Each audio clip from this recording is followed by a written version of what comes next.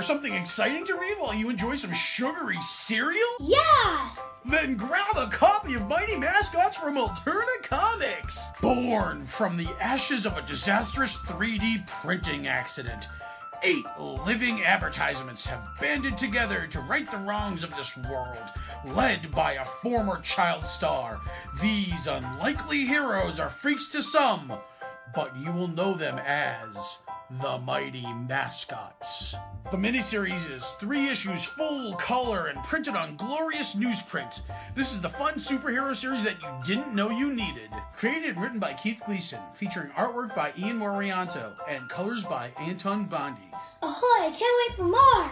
Mighty Mascots is part of your complete breakfast and comic book reading experience. Only from Alterna Comics. Hey, everybody. Welcome to another episode of Indie Comics Relay. I'm your host, Keith Gleason, creator of the Mighty Mascots. With me, as always, Johnny C., creator of Surrounded by Death. What's up, dude? How's it going, man? How you feeling, first of all? I know you were...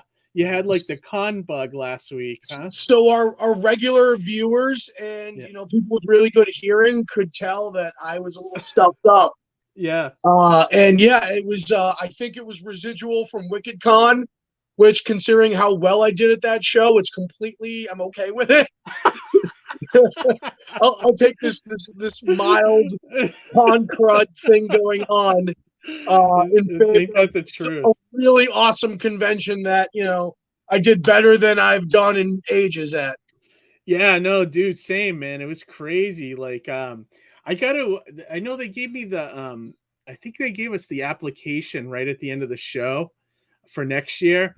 I think I got to dig that out of my stuff this week and actually send it in right away. I paid before the show was over. Oh, did you really? Yeah, I filled it out. It was like in the afternoon when it started to die down, and we had table lurkers who wouldn't stop talking. So I excused myself, and I was like, and I went and grabbed an application, filled it out, paid for it. Now I'm good to go for the next show. Oh, so cool. Yeah, that's I always get worried about that. It's like, because I'm like, do they even have the stuff set up already for next year? I think I lose my payment, but I'm assuming they have a system. There's got to be some system in place, right? The show, I mean, yeah, I agree with you. The show was phenomenal. Like, phenomenal. It was nice to see Comic-Cons kind of coming back. Like, I mean, last year we did a bunch, and I thought last year was like pretty awful. Most of the shows I did, except for maybe 2. But this, you could tell once the mask mandate kind of went away, I think people are less afraid to go to them now, So that's nice to see, So yeah, hopefully this whole year is like going to be gangbusters at every show, We'll see. Yeah, I think it's a common misconception when people out of state that want to exhibit here in Massachusetts, they think about Fan Expo. And that's the complete wrong thought process. They should really be looking at Wicked. That's the show where it's at. That's the show that's going to bring in that'll be rivaling Fanboy in like 3 years. You watch, like it'll be as big, but there'll be room for both, I guess. I mean, as long as Fanboy stays in August, but yeah, whatever. I still don't go to Fanboy Expo. You're right. I just can't sell anything there. I don't know. I just that's a tough show, man. It is a tough show. It's really hard to compete against Geico. Yeah, because that's the truth. You save 15% on your insurance. Yeah, just with admission, right? Right. So what's been going on in your neck of woods for comics? Like, I want to definitely take a look at, or talk to you about what's going on. Take a look at the Alterna campaign, and then so while you're bringing up the campaign, the only kind of big news that I've got that I can definitely announce is that I was accepted into SPX this year. Oh, awesome, dude! So when did that happen? I got the notification today. Oh, wow. Okay. So this is like breaking news that you'll be. I know. Yeah. Are you going to do it before I say you're going to be there? I'm going to plan on going. So, okay.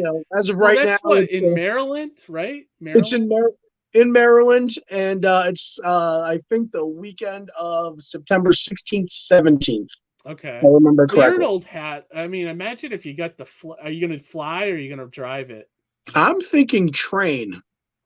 That might work. Yeah, we'll see how it goes. Everything into like if you could get everything into like a rolling suitcase or something, you probably Which I could can. do a train pretty reasonably. You Yep. know?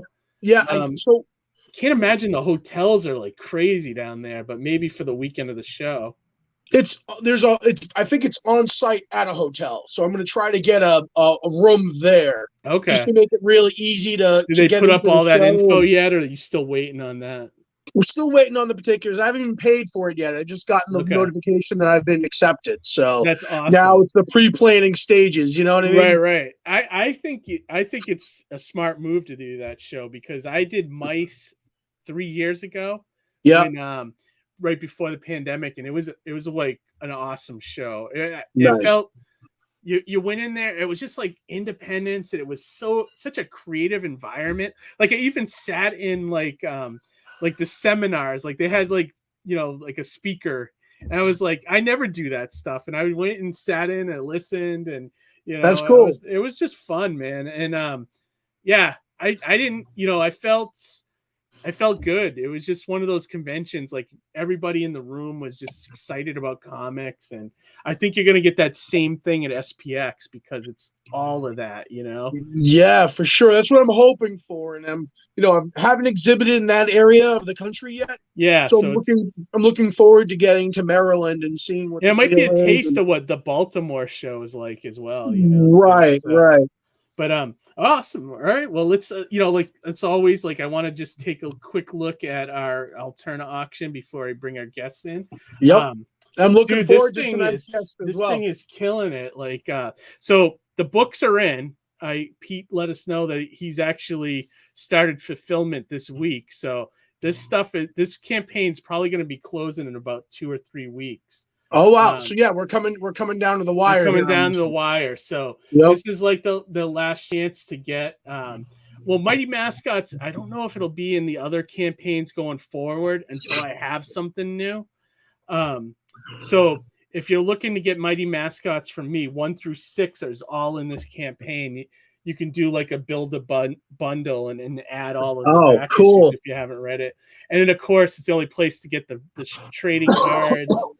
And I think those cards was are great. Like I know, right? And I think today was the last day for I don't know if it was the jersey that was on. Yeah, I think he took it down. You could get hockey jerseys on here, but I think that was that's cool. Off the campaign. So I mean, you want to make those kind of things limited, right? Very exclusive. Yeah, that's what he was doing. You know, window. We were talking about that with Joe St. Pierre last week after the show. We're saying, when you have this like limited window of a tier, it creates a real big exclusivity around it, and hopefully it drives a little bit more traffic when you advertise that this is only available for a short period of time. Definitely, so true. So yeah, so check that out if you haven't seen that. Before we bring our guests in, let me just take a quick look at our chat here. We got Amy's Birdhouse with us tonight. What's up, Amy? Good evening, everybody. Amy. Johnny C in the house. I'm in the chat as well as on the show. Amy said, congrats on or I think she meant SPX. SPX, yeah. I was also, I sometimes eat my own words, so I probably sounded like XPS, especially with my my congested sinus passage right now. Yeah, no, I hear that, man. Harry's in the house. He said, Harry. Everyone think of Moon Knight. I like it. I haven't watched episode 4 yet. Moon Knight episode 3 has one of the most beautiful sequences in the Disney Plus shows. I want a poster of it. It's so cool. To get geeky for a minute, like I like the show. It's not quite the character, but some of the things they're doing I like better than what the character is. Yeah. Right. Yeah. It's like, even if you look at like Loki and even Thor in the MCU, like they're the character. They're not totally the character from the comics, but it works. And I feel the same way about this Moon Knight. I feel them leaning into the Egyptian side of it really helps him stand out as not a Batman clone, which is nice. Yes. And I like how they made the Mr. Knight persona part of Steven's like personality rather than, because in the comics it's just a different suit that he puts on. I like Right, that it's right. part of his like being, or whatever. Right, And we're right. still waiting for the Jake Lockley persona to show up. Yeah, I think that's going to show up at some I think point so in the next too. episode or two. Yeah, that's what I'm hearing at least. We'll see. But yeah, we like it, Harry. My wife said it's lonely.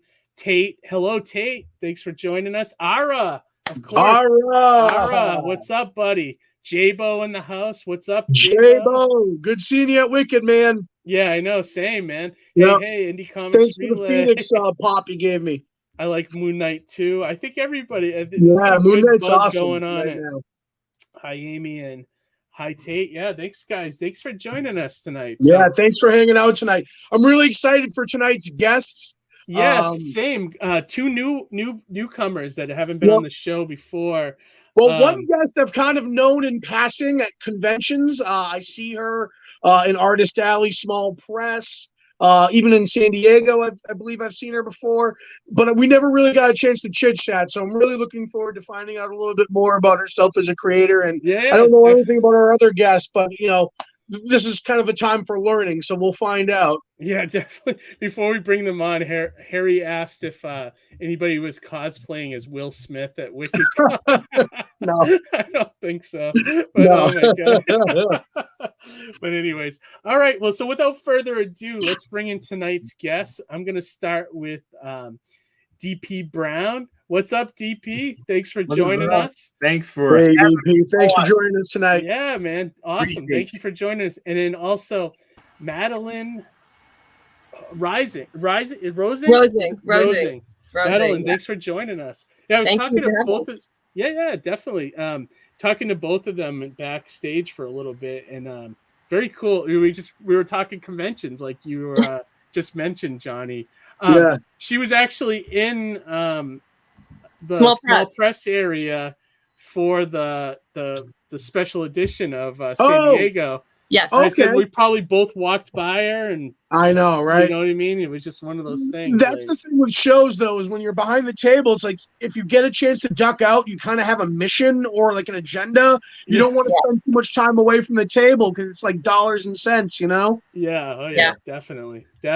So, the one thing whenever we have a guest on the show, we love to learn the origins of our guests. So, we always try to find out like what comic or TV show or movie that you saw when you were younger that kind of put you on the path to wanting to be a creator, a comic book creator. Like what we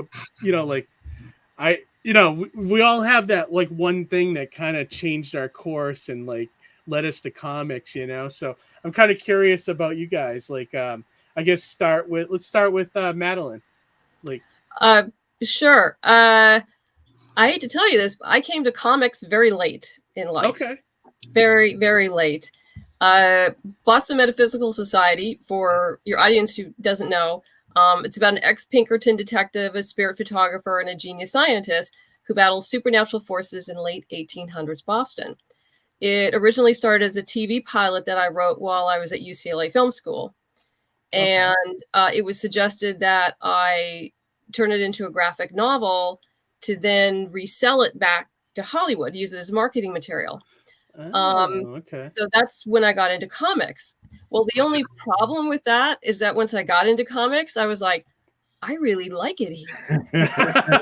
Right? I like it here. These are my people. Yeah, that's awesome. And then what was really annoying about it all is my brother probably has one of the largest graded Daredevil collections in the United States. Oh wow. But I was never interested because superhero things didn't interest me. And it wasn't until I started learning how to do comics that I was introduced to indie comics and how wonderful they were. There's tremendous stories that were out there, and which kind of pissed me off because no one had told me about this before. Yeah. Well, that's a yeah. A good chunk of my adult life without ever knowing these things existed, I'm like going, okay, what's wrong with people? But isn't that kind of wonderful that you discover this new thing kind of like later on? It's like your eyes are now opened, right? Oh yeah, I mean, I was reading stuff like, well, this was before Lady Killer, but Saga and Astro City, and a bunch of stuff, and then as I got more into it, my husband has never been into comics either, but every once in a while I go like, "You're gonna like this one," and so I would give it to him, and he's going like, "Yeah." Nice. That goes. Go ahead, Johnny. I was just gonna say, I love it when I could hand comics over to a non-comic reader, and all of a sudden they just eat it up and they love it. You know what I mean? Yeah. No, I find that like if there's always that saying like everybody should be able to find something in comics, and I agree with that. Like I don't think I could ever get my parents to read a comic, but like I think like like my brother read comics at one point, and cousins. I think we all like do that. at one point, right? Yeah, Whether it's the back of a newspaper or at some point comics touch your life, whether you acknowledge it or whether you embrace it or not. You know what I mean? Oh yeah, comics are there. They touch everybody at some point, I think. How about you, DP? Like, what led you on this path? Was there a comic or a show or something? Or my dad gave me, I think when I was like 4 or 5 years old, he gave me a Amazing Spider-Man comic, and my world just blew up. I remember it was Scorpion on the cover. I don't remember what it was about, but I remember just being introduced to so many colors, so much, visual. It was like so visually stimulating. Was it do you remember what era of Spider-Man that was? Like who the creators were? It was in the 70s. I can't remember the era. I know it was in it was in the late 70s, early 80s. It was Romero. Maybe. Romero era, maybe. All I know is he gave it to me, bought it for me, from off the newsstand and everything. And then I was just, I'm sorry, he didn't get it from me.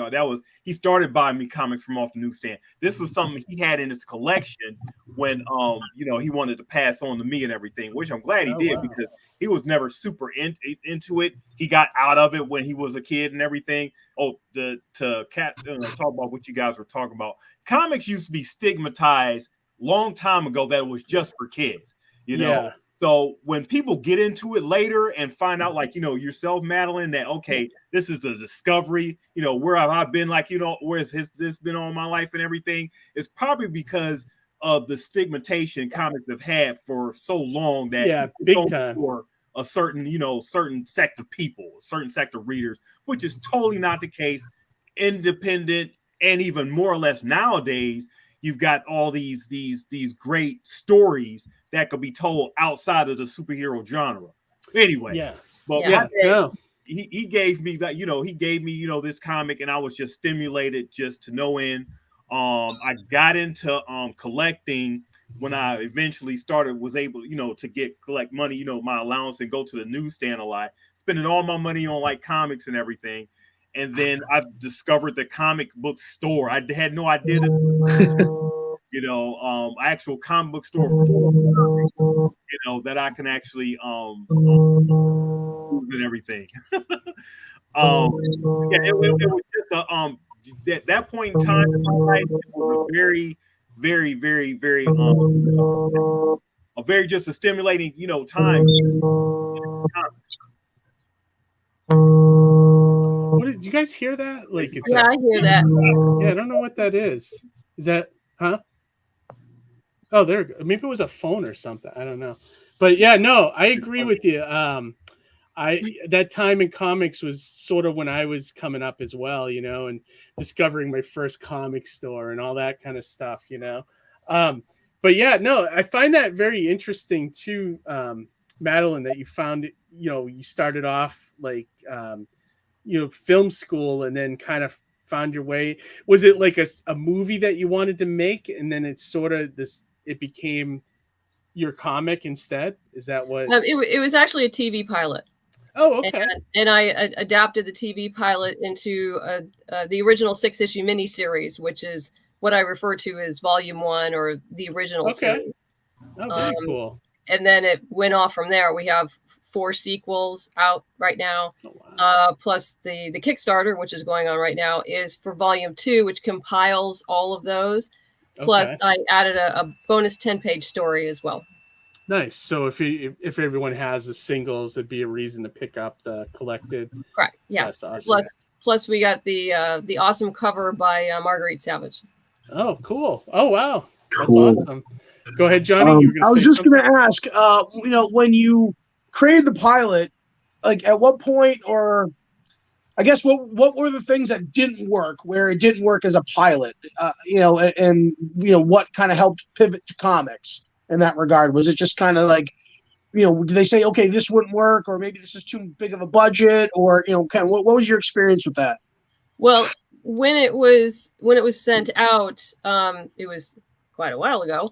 Steampunk really hadn't gone mainstream, so people didn't really know what to do with it. They liked it. I had producers say, like, yeah, this is going to eventually find a home. I just don't know where that is right now. Gotcha. And as we know, I mean, the industry has changed so much between cable networks and then streaming networks, and just everything's changed from just a decade ago. Yeah. Huge changes. Well, yeah, like I imagine it's probably even tougher to get something made now with movie theaters not really taking as many, or movie studios taking as many chances on anything. I mean, imagine streaming is blowing up, but I imagine everybody's going to streaming, so it must be hard to stand out there as well, so comics just seems like something that kind of can help you like cut through the noise a little bit. Like if you have something, build an audience in comics, and then you can kind of bring that audience over to a streaming show, or something like that. I think Madeline made a really great. Are you? Go ahead. Sorry, I was just going to say, I think Madeline made a really great point earlier. Is that she said that she was fond of like indie comics, and that's kind of. I think there's a niche audience for that too. I think there's people who specifically seek out indie comics, and I think there's enough people out there that it sustains the community essentially. Yeah. No, there's definitely something out there for everybody, and I kind of fondly refer to Boston Metaphysical as a niche within a niche. Okay. All right. No, but I don't think that's something where a person who wasn't necessarily into steampunk couldn't pick up the book, correct? Absolutely. I've actually had converts. Okay.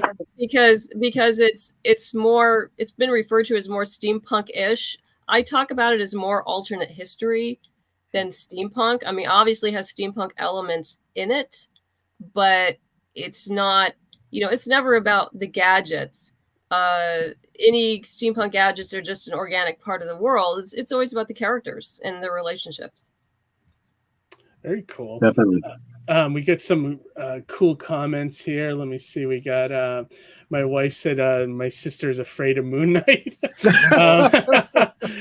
Dr. Mass said hail Indie Comics Relay, Disney Night for streams. Hail chat. Awesome. Well, it's good. I'm glad you're joining us. Thank you. Hey, DP, just read the Theme of Thieves issue 1 and 2 today. Liking the build-up. Good Dismay Comics. Awesome. Look at that. Some good feedback for our guests. Oh, that sounds cool. I don't know what that was about, but here you go from Madeline. Love the series. I have the first 5 books. Thanks for doing this series. It is fantastic. Boston Metaphysical Society is definitely awesome. Dismay Comics said there is at least one comic put out there for everyone. I agree with that. Yep. It's just finding that, trying to connect the two is like the problem, Finding your audience, Yep. There's still a lot of people that need to make that discovery, and same thing. Yep. I said very true to that. My wife said not real literature, etc., is also stigma against comics. That is very true. Yeah, I'd like to see a straight. Yeah, tell them to go try to write a comic. Yeah, right. Right. Oh my God, yes. And yeah, try I to know. convey your with the image in your head to like the artist, have the artist actually storytell. I mean, I know Madeline probably has gone through this. I mean, comics are pretty much storyboards to what you're about to put up on screen and everything. So pretty much, panel to panel, you're your storytelling, throughout the whole thing. The coloring has to be right. The lettering has to be put in the also finding that perfect snapshot of the action too. Like it's a crazy balance, and it's not an easy thing to do. To write. Definitely. I think I hear a Cylon. That must have been when we had the the disturbance. It could have been my cell phone, but I don't know. George Medina with us tonight too. Hey, George, you were just on the show, Keith. Yeah, I know. I just did the show last night. It was a good episode. Oh, thanks. Paddocks. I don't know if that's a Buenas spam or not. noches. You saying writing isn't easy? That's a joke. Yeah, I know. We're caught up on the comments. No, I agree with you guys. Like, you get a lot of people that kind of discount how hard it, or don't really realize how hard it is to make a comic. Like, I remember someone was knew I made comic books, and they're like, they just was like, "Hey, I got an idea. Let's make a comic together." And I'm like, in my head, I'm like, "Oh boy." And then that's when you turn around and go, "Oh, you make that." Or yeah, well, no, I turned around and said, "Sure. When do you want to get together and write the script?" And he was like, "Script." I was like, "Yeah, you got to put a script together, and we got to hire an artist." And it was like crickets after that. Oh, yeah. Like right. once they realize that it's more work than just thinking that it'll appear in front of them, Or you can start off like, well, that's great. What kind of budget do you have in mind? Yeah. Right. Yeah. That'll do it. That's the focus of every conversation when you're talking to an artist. Oh, what's the budget like? Yeah, exactly. So DP, how did you kind of make the jump from being a fan to making your comic book? When did you first start it? Well, I've been doing like little writing segments for blogs and, just for myself, over pretty much all my life and everything. I never really considered getting into comics because I was more into music producing. Oh, really? A while back and everything. But I wanted to make the transition into comics because I was so into it. And I was reading a lot and didn't really find a lot of things into my interest and everything. And I just had this one story in mind that I wanted to really tell, and actually put it out there, get it out there. My project is called The Theme of Thieves. I definitely want to take a look at both your projects later in the show, like the Kickstarter and your website. We'll bring them up. We'll bring both pages up. I actually had a question came across my mind from Madeline. Now, I've done some screenplay writing in the past, and in comparing the two, writing for the screen and writing for comics, what do you have a preference, or is it could you talk a little bit more about that, or maybe even transitioning from screenplays to comics? Sure. They're both a type of visual writing. So if you're coming from screenwriting, you probably will have a little bit easier transition into comic book writing. But there is a couple of huge differences. One, in a film script, you never direct, you never tell the actor what to do. It's simply it's a skeleton of a story for your director and for your producer. A comic script is quite literally a communication document to one or more other people, depending on how many people you have on board for your team. You have notes to your artist, to your colorist, to your letterer, and you are the director. Yes, essentially. Yeah, that's a great way to put it. Like you're basically the project coordinator, we often call it, like I find that mostly in a lot of these Indiegogos or Kickstarters, the writer is the primary person doing everything, hiring out, and very rare that it's the artist, doing it, but it's usually the writer trying to bring a vision to life, or a writer and artist team. It's if the person is the writer and the artist, then obviously they're going to probably be doing everything. But you're right too. You even have to leave notes for the letterer. Like if you want a sound effect, in the script, or you kind of let them know if there's something going on that should be in the background, like noise or any little thing. Like, well, yeah, that's a good way to put it, though. I hadn't really thought about the differences there, but yeah, there is some major ones. Yeah, I mean, you want to tell your letterer if your characters are whispering in that panel, or it's so faint that they're talking, but you can't hear it, or if they're going to be speaking in another language. Do a cough or a wheezing sound or something, there's a bunch of, there's lots of little things like that need to go throughout. So yeah, I always refer to it as a communication document to your team.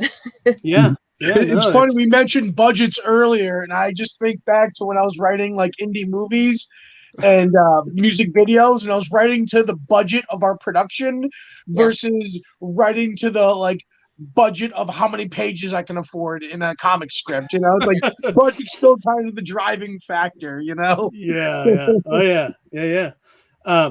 So DP, same thing. Like, when you write a script, so like you said, you came from music too. So did you have trouble like making the jump to like writing? No, because I'm creative by nature, so making the jump was just super easy. It's just when you're in music and everything, you have to think of different ways to put instruments and stuff all together and everything, make it all sound cohesive and stuff. So transitioning to the writing efforts, it's just me pretty much thinking of a story, which is not easy. It took me about a couple years to come up with the the final script or final draft of the script that I ended up putting in print. But yeah, just thinking of the story, taking notes and stuff and writing down notes and voicing notes into my phone every chance I got. If I'm on like on a trip or something like that, just think of something. All of a sudden, people see me talking on the phone and I'm doing voice memos of everything. Right. I finally actually sit down and start crafting and putting stuff together. It starts to come together. Some things you take out, some things you put in, and once you see what makes sense, I start putting in the dialogue, for my characters and everything. Like once you outline it, outlining it and everything, and see where I want like the first few issues and everything to go. Get a basic creator overall outline of where I want it to go. Start inputting the dialogue and going from there. And then once I got like the script, found like went on a search for my artist, which is a really good. Oh yeah.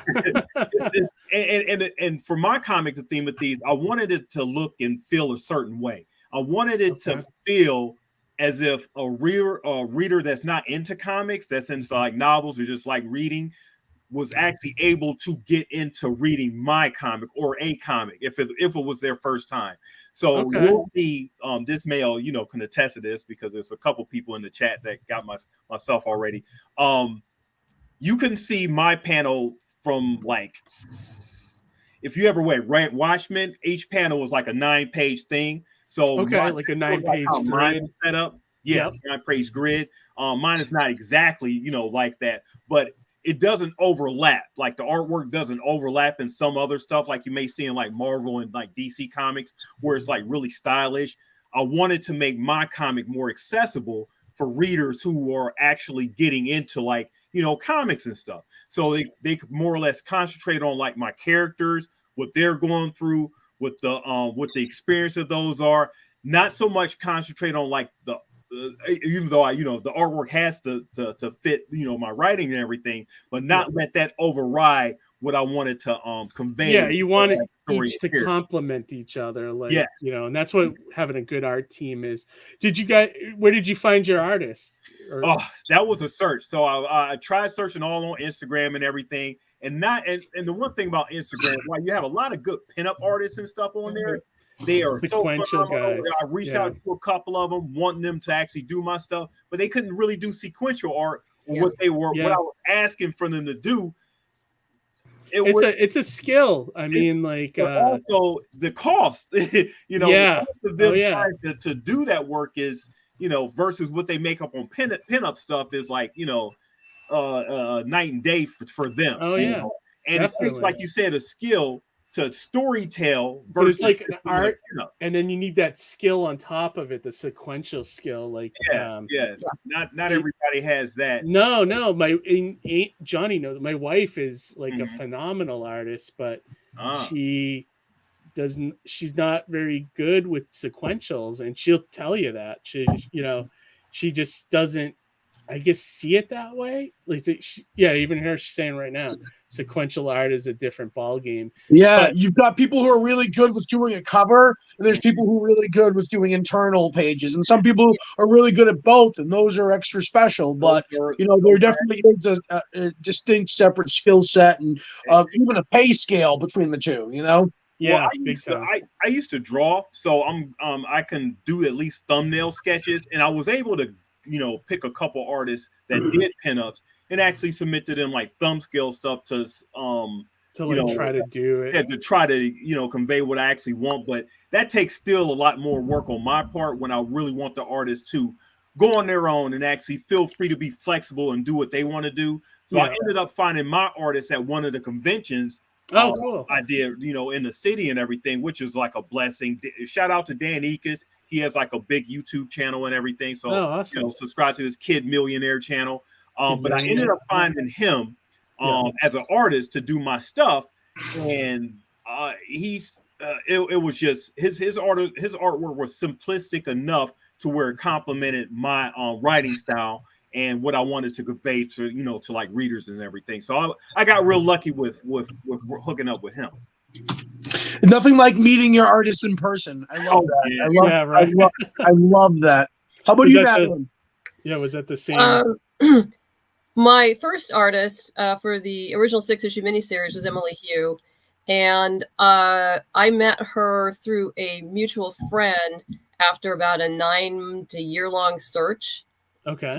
For an artist, and I'd almost gotten this one young lady, but then she got a better job, which is okay for her. But Emily was great. She happened to live over in South Pasadena at the time, and we met, and she was right out of art school and just tremendous. And so I signed her for the 6-issue miniseries. When we were done, I don't think she wants to do series anymore. I don't blame her. Anyway, she moved on to bigger and better. She does storyboarding for like all the major studios now, and more power to her. And then Gwen Tavares, who did the 4 sequels, at that point I'd been in the indie universe for a while, so I put the word out that I was looking for somebody, and I wanted a female artist. And a friend of mine suggested Gwen. And I said, okay, I'll go look up her stuff. And then in the meantime, she contacted me, and I like I do with all my artists, they do some audition pages, which I pay them for, and then I go from there. And Gwen was just fantastic. I've actually never met Gwen. That sounds familiar. A lot of my artists I've never met either, just talked on Instant Messenger. She's American. She was living up, I think, in the San Francisco area when we first started, and then she moved to France, and she's been there ever since. So but yeah, she was absolutely terrific.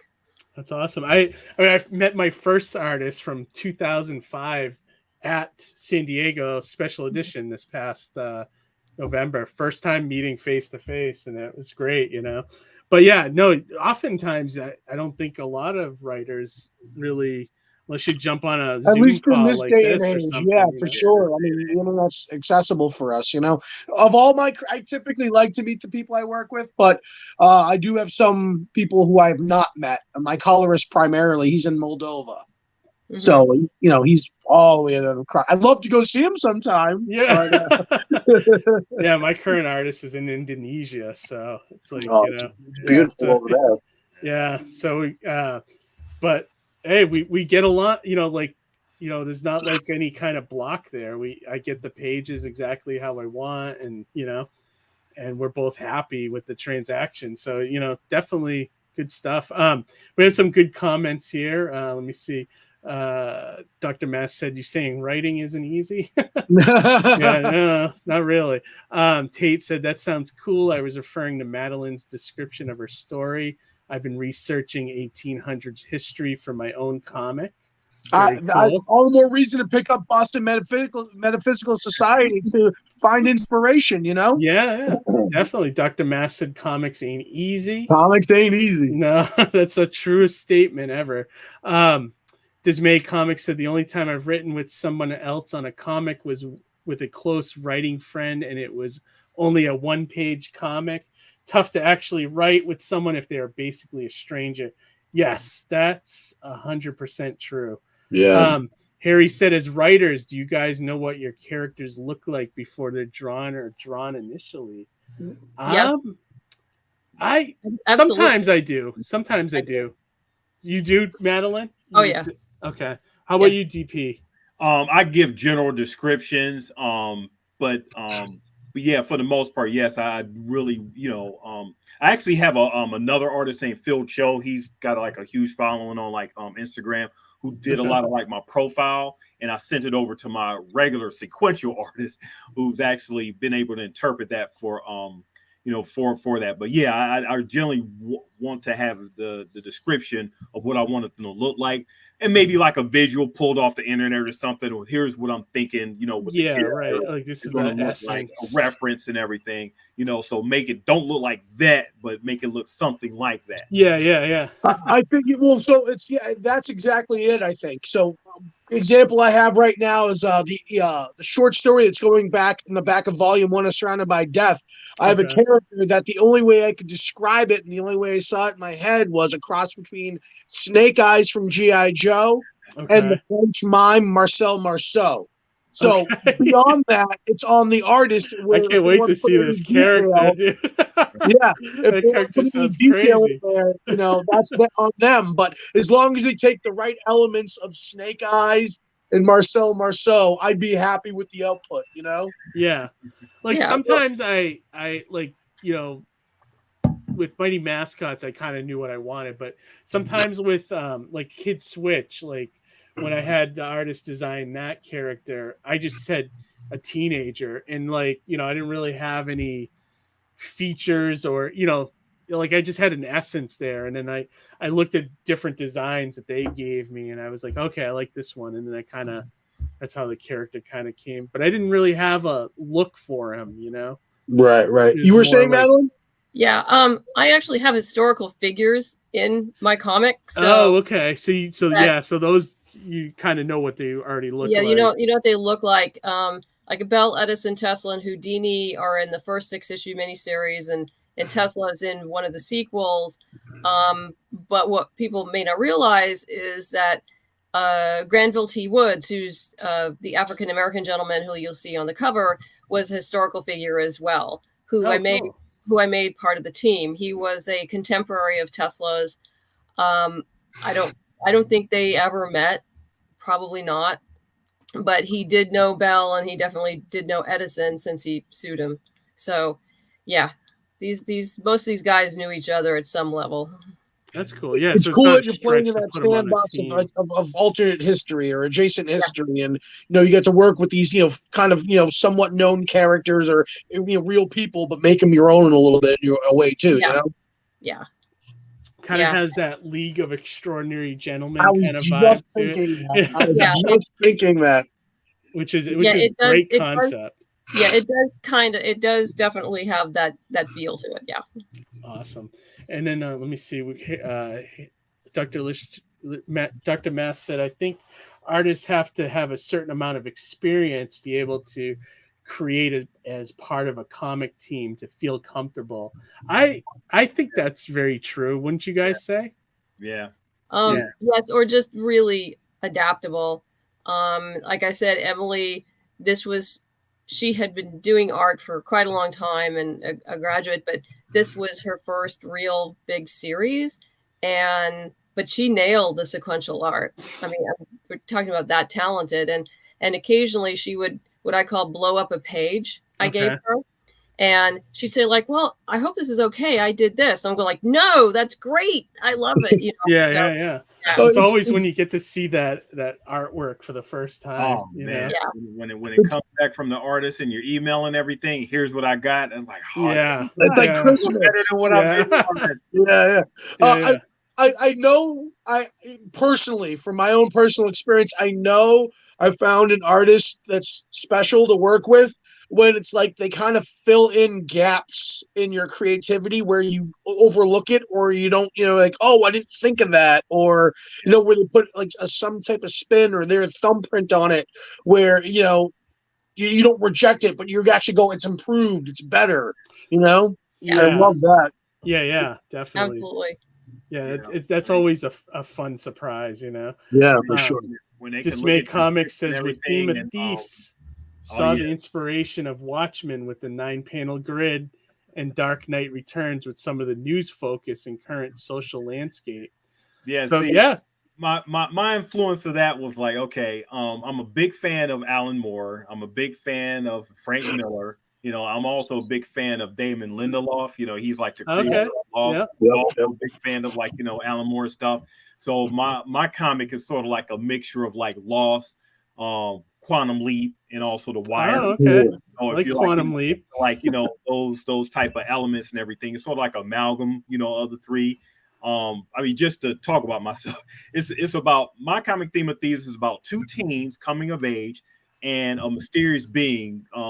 This guy here, the man in the red suit, and they're trying to they're traveling through history to try to solve a mystery of why people are disappearing in the present. So just imagine a world where people just randomly vanish. People things happen to people like death and everything all the time, but in this world, my world, people just vanish with no rhyme or reason, no cause, no completion, no closure to their gotcha. So they're trying to find where that anomaly started, I guess. They're trying to find where that happened, and it's been happening since like the late 1700s, 1800s, and this has been affecting society. It's been affecting politics. It's been affecting culture. The way people live their lives. But it's something they had to contend with and continue to live their lives all the way up until the present. But things are slowly escalating where more and more people are vanishing. And my group, Rebecca, Jason, and the mysterious man in the red suit are off to the races once I start building the characters in the first few issues to try to solve this crazy mystery. Awesome. I like that premise. I think that's a good way to build a ton of stories. I mean, go anywhere in time, like, you know what I mean?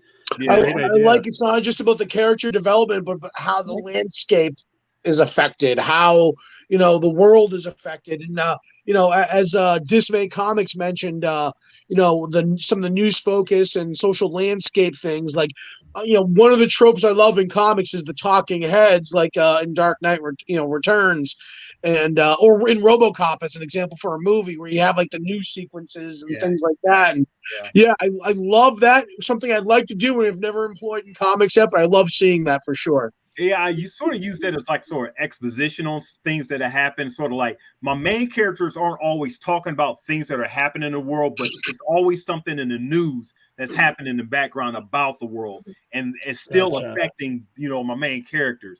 Like for the first few issues, my main characters like Rebecca and Jason are in high school. They're going through like some trials and tribulations. Like Jason, he's being bullied in high school, so he's going through like his different trials. Rebecca, she is like, trying to figure out her ways of like, maturing and, coming of age and everything, accepting who she is and everything.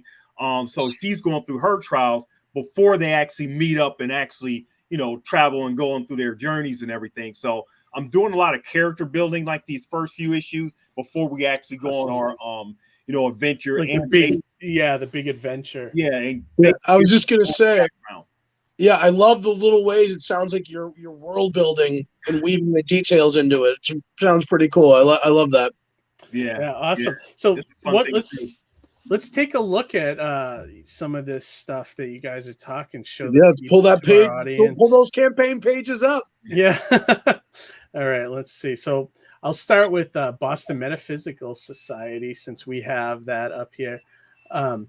I mean, you're killing it with the campaign already, Madeline. I mean, It's awesome. Oh, awesome! Look I at mean, that! Congrats, Madeline. And she That's still the- has gonna grow up to you be still like have Madeline 21 one day. days to go.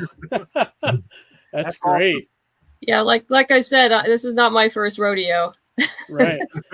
Well, hey, it shows. Now, one thing we're noticing when we talk about campaigns, and I wonder if this is happening to you, because I didn't look at any of your past Kickstarters. Are you seeing a trend where each Kickstarter that you're doing, the next one is doing a little better and a little more better and a little more better? Are you seeing that kind of pattern? Overall, yes. Though last year when we did the Book of Demons, we saw a really big jump. Okay. We'd been doing, well up to then, and bringing in, 500 to 600 backers at around $17,000, and then Book of Demons last year jumped to, we had almost 1,000 backers and over 36,000. Wow! So Wow, Congrats on that. And that is awesome. Wow. I didn't really expect that. Obviously, as the creator, yes, you're right. You want to improve a little bit, every time. There's certain internal milestones you want to make just because you want to. And so I was very surprised. We'll see how this one goes. It is a trade of stuff that's already been previously published, except for the 10-page short and the new cover. So I really we're talking too. Yeah, I didn't really know. I knew it would do well, but I don't know how it's going to end up. I'm very hopeful when we do the new story, which probably won't, at this rate, probably won't be until next year. Gotcha. Because there's a lot of things to do. The reason I bring it up is because we're finding, just from data with just talking to tons of guests and just looking at different campaigns, that it's what's happening on the crowdfunding sites versus traditional distribution in comic stores. It's like we're seeing growth on the crowdfunders, but probably non-growth in traditional retail settings, because a lot of retailers, you can ask any comic store this, they order a ton of number ones, but then when it comes to get number two, they order half of that, and then 3 and on is even half of those numbers, so it's impossible to grow a readership that way. It's much harder to do that because you're also you're not personally in the store. I mean, right. If it's someplace local, you can be. And here, my backers have access to me. Right. That's why I think it works. I think it's a little more personal experience, and it's, you working, talking to the reader directly, and it's no noise in between, and I think that's why crowdfunding is kind of where it's at now, I think this was pre-pandemic, I had read an article that said Kickstarter was the 3rd largest publisher of comics. Isn't that crazy? Wow. Yeah, isn't that crazy? I mean, it was argued that, and I actually would believe that at this point. So anyway, that's our new cover. So this is the one by Marguerite Savage. Yeah. Savage. Yeah. Oh, awesome. And then the 10-page story is the art is done by Roberta Ingranata, who's currently doing Doctor Who. Oh wow. Okay. And that's our volume 1 cover by Roberta. Really nice. Very cool. Yeah. Does it have any of the pages of the artwork? Wow, these covers are fantastic. Yeah, those are the 4 sequels that are being compiled. Gwen did all of those covers as well as the sequentials. Yeah, this looks awesome. It looks like a lot of fun. Wow, look at this. Sequentials, great too. Yeah, she's really beautiful talented. artwork. Wonderful colors too. Oh yeah. Yeah, really, the colors really are nice done by Warnia Sahadewa. I hope I'm not destroying her name. Okay. Well, I was gonna say she does wonderful things with daylight and just light in general. I love that. Yeah. Look at that. That's awesome. Yeah, it's really good stuff. We'll take a look at the video too. Is the video really long or? Ooh, Oh no, it's like a minute. Oh, look wow, at that. That's this. kind of neat. Decent, yeah. Yeah, we did. It's a flash drive. Oh wow. We did an audio drama. Okay. We did a Kickstarter. Oh, that's cool. Yeah, for an original story called The Ghost Ship. It takes place during the time period of the original 6-issue miniseries, sort of, kind of. Okay. Keep it intentionally vague. And yeah, we have the CD. We have the CD turned out beautiful too. I was really so happy. If you scroll back up, you'll see that. Yeah, one quick question about that. So the audio drama, did you go out and like write a regular script and then hire voice actors to do it? Yes. All of that. I wrote and produced it. I was very fortunate that I'm friends with a production team that co-created and produced a steampunk audio drama called Sage and Savant. Eddie Louise and her husband Chip. Eddie Louise came on board as a script editor, and Chip was our many things: director, audio engineer, and composer. So it was three. He had a heavy load. But yeah, I handled all the production stuff, which is not glamorous. The hiring, vetting, all the actors, getting them on board, and they were great. The actors are just terrific. Awesome. How long is the audio drama? Actors, so yeah. So it's like your traditional radio drama with original music and special effects.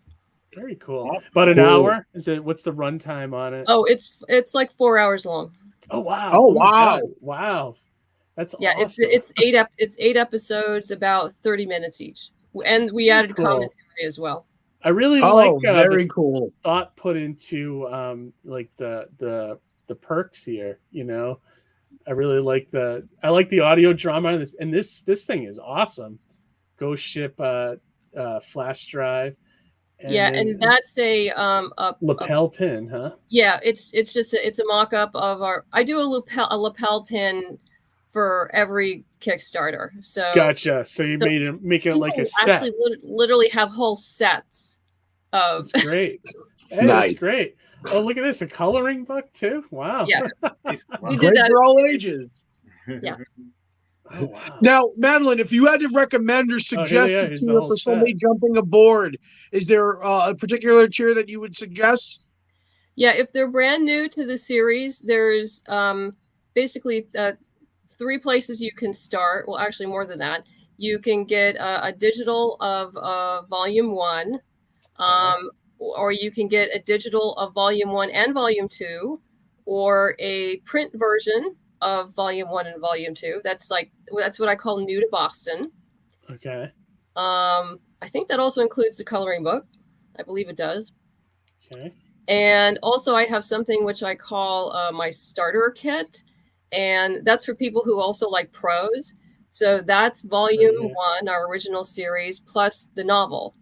Okay. And that gives you a complete, what I would call, foundation for the entire series. Plus you get your graphic novel fix and you get your prose fix all in one. All in one whack. Yeah. Excellent.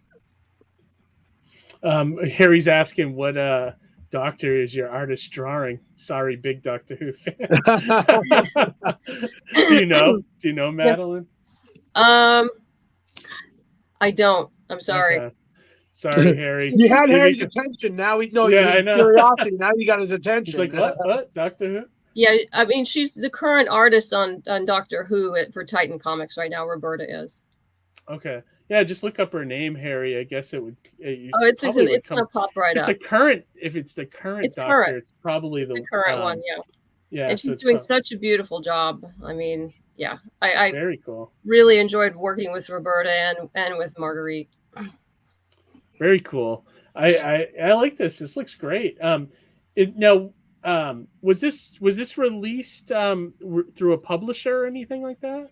Yes, SourcePoint Press picked us up in 2019, They picked up the original 6-issue series in the trade, and then they picked up the sequels. So yeah, the sequels did hit previews, over the last few years. Cool. Okay. So it looks kind of familiar to me. That's why, like, go ahead. I was just going to say, so the book lives at Source Point, and anybody that goes to Source Point will be able to find Boston Metaphysical Society. Yes. Excellent. Yeah, me and Johnny know a lot of people over there. Oh, yeah, I know Bob. We know Bob Sally. We know. Ben Goldsmith, and a lot of those guys are up in our neck of the woods here. That's true. No, I've known Bob for quite a while, and Travis McIntyre, who was the original editor-in-chief over at Source Point, and then Josh took over for him, and it just Source Point is just blown up. It's right. This tiny little thing is like it's awesome. All wonderful people over there. Yeah, oh yeah, definitely. I want to definitely check out the video here too. So let me see if I can. Yeah, it's 1 minute, so it's nice and short. All right, perfect. Hi, let's roll that footage. I'm Madeline Holly-Rosing, and I'm the writer-creator of the steampunk supernatural series, Boston Metaphysical Society. Welcome to our Kickstarter to print the trade paperback of Volume 2. If you're not familiar with the series, it's about an ex-Pinkerton detective, a spirit photographer, and a genius scientist who battles supernatural forces in late 1800s Boston. Now, Volume 2 will compile the previously published sequels, The Scourge of the Mechanical Men, The Spirit of Rebellion, Ghosts and Demons, and The Book of Demons into one trade paperback. But what makes this trade special is that it will include an exclusive brand new 10-page story with art by Roberta Ingranata, who is currently drawing Doctor Who, and a cover by the amazing Marguerite Savage. And at 176 pages, it's going to be a huge trade paperback. If you're missing Volume 1, don't worry, as it'll be available in both print and digital versions. We also have a brand new steam engine lapel pin and special limited reward tiers that include our audio drama, The Ghost Ship. The best part is that it's done and ready to go to the printers. So please check out our reward tiers and pledge today. Thank you in advance for your support. Awesome. That's very cool. Very cool. And that's hair and makeup done. Right. No, well, the thing I like too is it's all ready to go. Like, so are you expecting to fulfill this campaign right after the Kickstarter's over? No, because we have to print it and we have supply chain issues. So that's hitting you guys too, huh? Yeah. So I put a delivery date of August just to give us plenty of breathing room, but we will probably get it in July. Crossing my fingers here. Yeah, well, at least if you as long as you keep people up to date, I think you'll probably be fine. A lot of people they're understanding, especially with the way the world is at the moment, for sure. Yeah. And I've fulfilled every Kickstarter that I've ever done. So people know. So you have the track record too. So so they're gonna get their stuff. And I know with Ghosts and Demons a couple of years ago, literally it was in Canada at the warehouse, and it was going to be shipped like the next day, and they shut down the warehouse for COVID. Oh no! There's nothing you can do. Yeah, and I just said, guys, this is what's going on. As soon as I hear something, you'll be the first to know. But the books are printed; they're just sitting in a warehouse in Canada, hanging tight. Yeah, they were sheltering in place like we were. Yeah, exactly. All right, and then let's take a look at DP Brown's project here as well. So this is the Theme of Thieves. So this was the Kickstarter, right, DP? Yeah, this was a Kickstarter. It ended about a month ago. Okay. I was fortunate enough to actually have 75% of the book done and ready to go into production just as the Kickstarter ended. So I'm actually in fulfillment mode, just getting my book out. I'm actually way ahead because I thought I was going to have supply chain issues too, and have my book out for my backers in June, but I was fortunate enough to have it this month. Oh, wonderful. Ready to ship. So I'm almost done with fulfillment for my backers. I've been lucky to have like more backers on this campaign back me that didn't know me, which is what I really wanted, because my first first Kickstarter was a lot of people that knew me, and a lot of people that just wanted to support. But I was really wanting those. But you actually connected to new readers and everything, and wanted them to come and connect and everything. So I was fortunate with that. Kickstarter is a crazy thing because you go through your ups in the beginning of the campaign, and then your dead zone. Nothing is really happening, and then you get a little peaks and valleys, and then at the end, everybody wants to come at the last minute and stuff and everything. Well, so I think that. I think Sam Vera put it best. It's like you're looking at NASDAQ, Yeah, it's like you're looking at the NASDAQ every day. Yeah. Like you're just like, I'm gonna, trying to figure out if you're gonna make it or if you're gonna get $1 that day. I've never refreshed a website as much as when I was running a Kickstarter campaign. That's for sure. Yeah. Right? Everybody does that. Maybe my crypto site. That's about it. Pretty much. So yeah, I had like the first 2 issues in the that was available in the last campaign for the first and second, for people who wasn't able to get the first issue, the first campaign around, to get the first and second issue to catch up, which is such a great thing, with Kickstarter. And what we were talking about in comic stores, where the things go down the second issue. The great connection, like Madeline was talking about, having connection to your backers, having connection to your readers, being able to talk back and forth with them is able to huge. It's huge, and able to get more visual, widgets for your readers and stuff. So I was able to get in front of like a lot of eyes and everything, and I want to grow up to be just like Madeline. If I, blessed enough to get to my 11th campaign, get to like, that backer stage, but I'm good where I'm at right now. I've been funded, my last 2 campaigns, Excellent, congrats.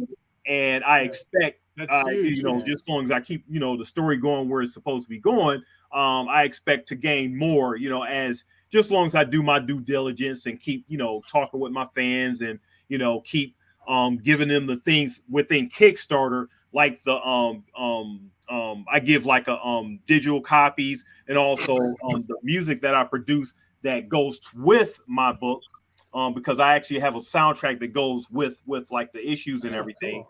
And it gives like the story elements, gives like a bigger feel to like the story. So I give that, in the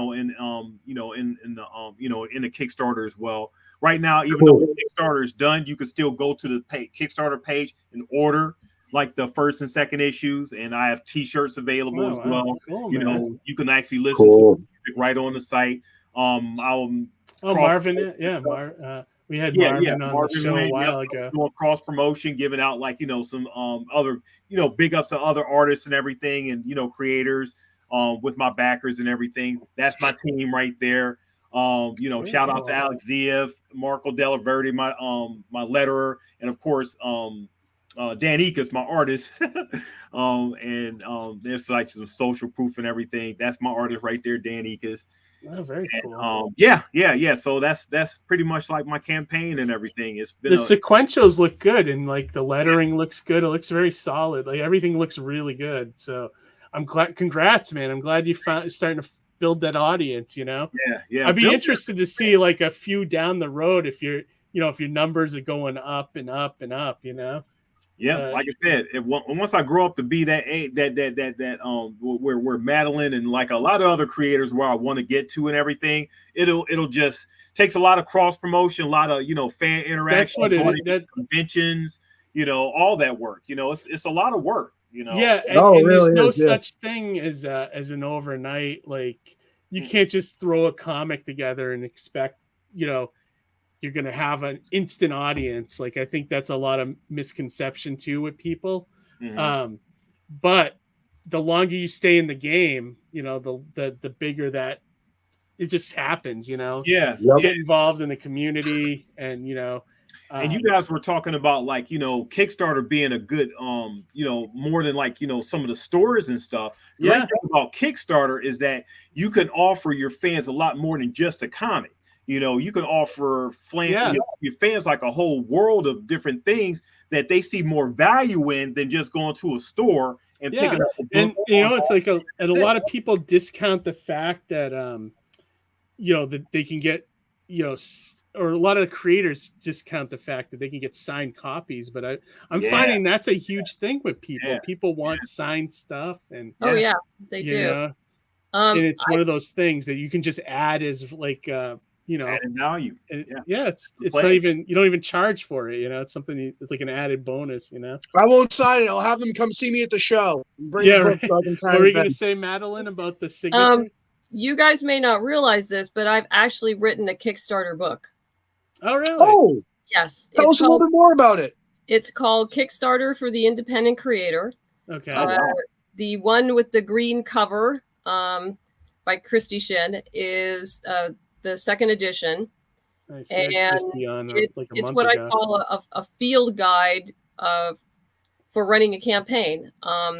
I always tell people, it's not very long, so I tell people, go ahead, read it through first, and then go back and write notes as to what is particular for your campaign, because everyone who reads it is going to be starting at a different point. You could be brand new, which is great, so you get that, or you could come in and you already have somewhat of a fan base, but you need to build more. Mm-hmm. It gives you pre-launch strategy, campaign strategy, fulfillment. If you haven't heard of pirateship.com DP, you definitely should. Mm-hmm. It's third-party postage. I use them. Yeah, better than stamps.com. Yeah. Yes. But they also have something called a simple export rate for overseas that you have to ask for it.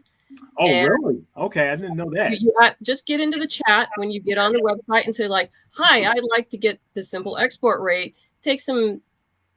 I'd wait 24 hours and then it'll start coming up in your rates. So it's really overseas, and particularly if you're shipping to Australia, because during the pandemic and everything, USPS was not shipping to Australia, right? But you could get it to Australia through pirate ship. Oh, really? Interesting. Wow. Now, how does that work with all the VAT taxes and all that stuff? Well, I don't handle that. But it is reduced into the price. Well, it is reduced shipping rate, so it's a lot cheaper than USPS. So if you even look on my Kickstarter page, I tell you that I'm giving you a discount on shipping, but VAT is real and they will have to pay it. Yeah. There's nothing I can do about that. Right. I try to encourage more digital stuff like that when when you have overseas. But some people still want the physical copies and willing to pay. But the problem is they end up paying more in shipping than they do for the actual book, That's true. Yeah, that can be true. But that's up to them. Yes. But it's up to us to give them a choice. So if they want digital, the digital's there, and that's great. So you give the backer the choice and they decide. And they know. Another thing they can look into too is a guest that's been on our show before has a channel called Critical Blast, and he's getting into the logistics things too. So you could, if you have a lot of international packages, you can contact RJ over at Critical Blast, and he may be able to save you some money as well. So a couple options there if anyone out there is thinking about. There are. Johnny, you have a question.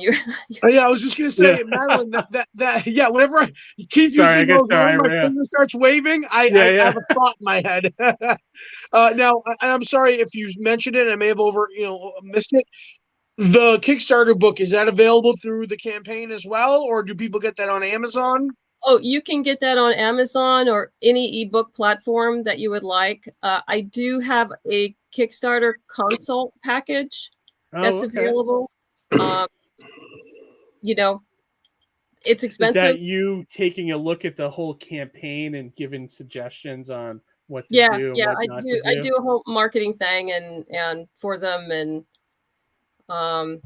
you know, of course they get all the goodies as well, but yeah, and we have a consult, 3-hour consult, which we can break up into bits. Yeah, and just like And have them take notes on what to do. Yeah, that's great. I like that. Cool. So if you're out there thinking about it and this is intimidating, maybe think about. But grabbing... let me finish one thing about the book, which is I think really go for important. A few years back, a gentleman bought the book from me at, I think, WonderCon on a Friday night. Okay. He came back Saturday. He said he'd read the book and that he would never run a Kickstarter campaign ever. And I told him that was the best $10 you ever spent, because you know what is required to run a Kickstarter campaign. And if you're not willing to do that, you have just saved yourself so much time and energy and grief. Yeah. And if you can go ahead and self-fund in another way, just putting, money away or however you want to do it, that's okay too. You don't have to run a Kickstarter campaign. Right. That's true. But it is such a drain. Oh, it is. It's like this comment said, Dr. Mess said, some have said doing Kickstarters like going to war. Would you guys agree with that? Well, no, because you do work with other creators quite a bit, as with cross promotion and a lot of other things. So let's just say you have a lot of allies. Yeah, there you go. Yeah. I like that. Maybe you're preparing for war. Maybe, and collaboration, and working together. So yeah, it is a second full-time job. I just, I don't want to mince words with people about. Yeah, no. I think for as hard as it is to run a campaign and as exhausting and as time-consuming as it is, I think the gratification that comes from a successful campaign is just the best feeling in the world. It's so worth the whole process. Oh yeah, definitely. Before we jump off of this campaign, DP, how long is your video? About like 2 minutes. Oh, okay. Let's roll that footage. All right, let's play it.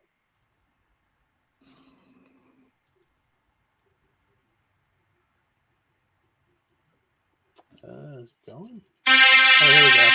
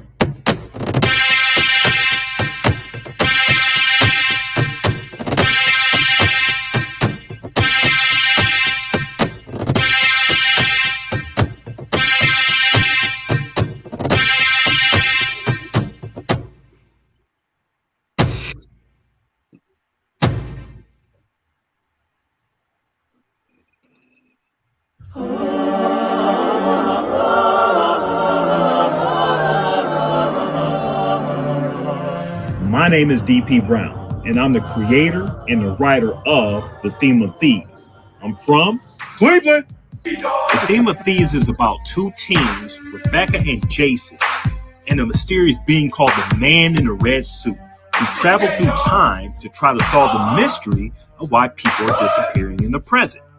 When the Kickstarter is done, I plan to finish creation of the second issue, do a small print run, and create t-shirts and merchandise exclusively for my Kickstarter backers. The book is 75% complete, folks. Funds from my last Kickstarter from issue 1 went into creating the second issue, and funding from this will go to creating issue number 3, which completes the first arc. I want to thank everyone in advance who made it this far in the video. My last Kickstarter was a really great success. We've had some really great reviews and response from the first issue. I am excited to announce that this Kickstarter will have limited pledge tiers that include exclusive, personalized artwork from acclaimed custom artists Phil Cho and Dan Ekus, custom-made tumblers made by Pumpkin Works as well. The artwork and cups can be made of your favorite sports team or superhero, and an exclusive signed metal edition cover of issue 1. Get them while they last. Here's what I need you guys to do. Go to the story section in this Kickstarter. There's a preview link to my comic.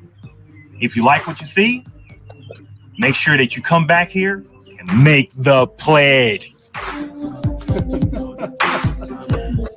Awesome. Yeah, that's great.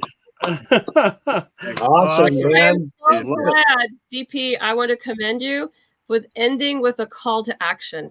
It's so many people forget that. It's like pledge, come pledge, however you want to say it, but it's like, tell us what you want us to do. Thank you. Well done. Yeah, that's awesome. Another thing I really like, DP, and I actually do myself as well, is you have those logos of comparative things. When I pitch Surrounded by Death at shows, I say it's Mallrats meets The Walking Dead, and I have a little placard that shows all the logos that equal Surrounded by Death. I love that you employed that here, and just seeing that it's one part Quantum Leap, one part Lost. It's like you're speaking to shows that I love. It makes me want to pick up the book. Yeah, I mean, Madeline could attest to this. It's the elevator pitch. You got to make it quick, simple, something that you can relate to. Something as an artist, you don't always like your stuff being compared to stuff, but if you're in the elevator and you need to get it out quick, bam, that's what it is. So yeah, for sure. Awesome. And one thing I wanted to say, DP, I love your name, DP Dog Pound Brown. How did you come up with that? So I'm from Cleveland, Ohio. I'm a big Browns fan. So, Dog Pound Nation. So I'm Dog Pound Brown. I love it. It's awesome. Before we start to wrap up here, there's a couple of great comments here that I wanted to shine here. M. Raygun says, a Kickstarter book by a successful Kickstarter campaign participant is a fantastic idea. Yeah, I'm glad that exists. And then Tate said, Kickstarter is a lot of work, but I didn't think it was that bad. Maybe I just got lucky on my first one, though. I really did my homework and consulted with as many people as I could. I think that's the key, though. That was key, yeah. Yeah, definitely. If you do your due diligence, it's going to pay off. It's just a matter of doing that due diligence. It's like anything. There's no, there's no getting around doing the work. You got to do the work to make it work. So, so we're going into almost 90 minutes here, so I definitely want to start wrapping up. Let's start with Madeline. And Madeline, is there anything you want to promote besides the Kickstarter? I have the link here. It's in the chat, so if everybody wants to go check that out.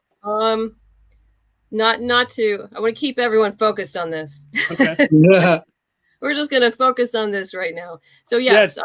Please, people come check out the Kickstarter. And if on social media, I'm obviously BostonMetaphysicalSociety.com, Facebook, social, Boston Metaphysical Society Comic, Twitter, M. Holly-Rosing, and Instagram is MC Holly and the numeral 1. Okay, awesome. And then definitely check out the Kickstarter. You can get the volume 1 and get caught right up to like the newer issues. So definitely check that out. And then would you say Theme of Thieves for you, DP? Is the best place to go? That's the best place to go to, get anything that you have of my stuff and everything. If you liked anything that you heard from, this interview here, you can actually go onto my site and actually download a free Ashcan preview of the first issue. Nice. And gives you an idea of what it's about. And if you like what you read there, make sure that you go onto the site and get like the first and second issue there. I'm also doing like short stories that'll complement the main narrative and that'll run alongside the main narrative inside the book on my website each month. So I'll be looking forward to that. So these will be like, little short stories of other people in the world as the things that are happening as far as like the disappearance, what I call evanescence in the book, that is happening to like, the landscape and everything. So themeofthieves.com. Yeah, that's awesome. I love that you're building a whole world there. That's great. And look at this, Roger Morocco. I'm sold. I'm picking up both of your people. There you go. Look at that. Thank you. Yeah, Thank you, awesome. Roger. Yeah, that's Thank you, great. Roger. Johnny, anything going on that you want to shout out before we wrap it up? I just want to thank Madeline and DP for coming on the show and taking the time and sharing your projects and your passions with us.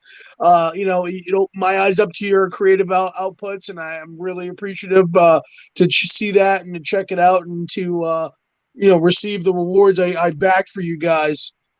Oh, okay. Also, just wanted to wish everybody a happy 420 for those who partake. And just be excellent to one another. Great. Yeah, Thank you so much for having me on. Yeah, definitely. Thanks. You guys are great to have. Nice meeting everybody. Yeah, same. Yes, absolutely. Mackenzie Mello asked, I'm getting both books too. Will Madeline and DP come to Plastic City Comic-Con? Oh, maybe. There's so many cons across the U.S. I mean, I want to get up as many as I can. Yeah, definitely. Happy 420 for my wife. That's pretty much it for me. Like I said in the beginning of the show, check out the Alterna Comics winter campaign that will be wrapping up in a couple weeks. That's about it on my end. I'll be launching my next Indiegogo probably in July. So look for the pre-launch page very soon for Mascots 7, 8, 9. So that's coming. That's about it for me, though.